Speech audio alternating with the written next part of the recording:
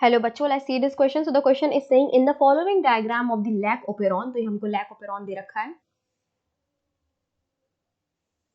This is the lac operon. And operon for inducible enzyme identify component in enzyme. तो हमें identify करना है x Y E1 E2 E3 को. X Y E1 E2 E3 को हमें क्या करना है, आइडेंटिफाई करना है. तो बेटा लैक ओपेरॉन जो होता है बेसिकली एक सेगमेंट होता है डीएनए का, ठीक है, जो क्या करता है, रेगुलेट करता है जीन के एक्सप्रेशन को. अब ये जीन के एक्सप्रेशन को कैसे रेगुलेट करता है, तो यहाँ पर ये जो आपको आई जीन दिख रही है, तो ये बेसिकली बेटा क्या होती है, रेगुलेटरी जीन होती है. आई क्या होती है, रेगुलेटरी जीन होती है. Regulatory.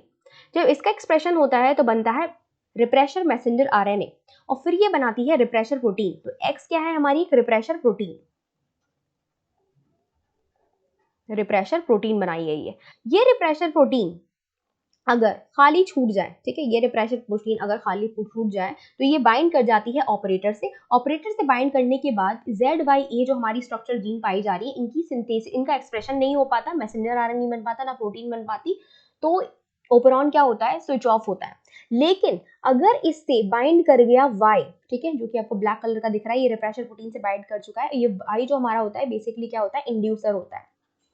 It is inducer basically. तो अगर इंड्यूसर जो है लैक ओपेरॉन से बाइंड कर गया, ठीक है, और ये इंड्यूसर के रूप में जो काम करता है वो खुद लैक्टोज ही होता है, लैक्टोज, ठीक है.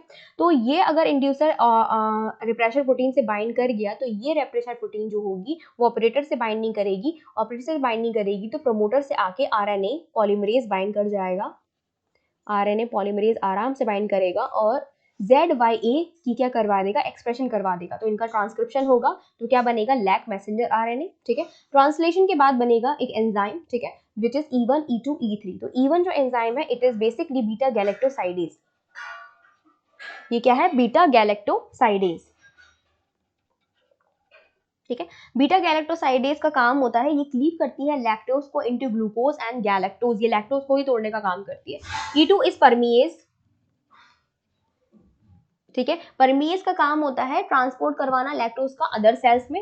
And then E3 is transacetylase, transacetylase, ठीक है बेटा. ट्रांस एसिटाइलेज का काम होता है डिटॉक्सिफिकेशन करवाना कंपाउंड का by transferring acetyl group from acetyl coenzyme to beta galactosidase, ठीक है. तो हम देख लेते हैं, हमारे पास X होना चाहिए रिप्रेशर प्रोटीन, Y होना चाहिए इंड्यूसर जो कि क्या है लैक्टोज, E1 होना चाहिए beta galactosidase, E2 permease and E3 transacetylase. So A is the right answer. I hope आपको समझ में आया होगा. Best of luck.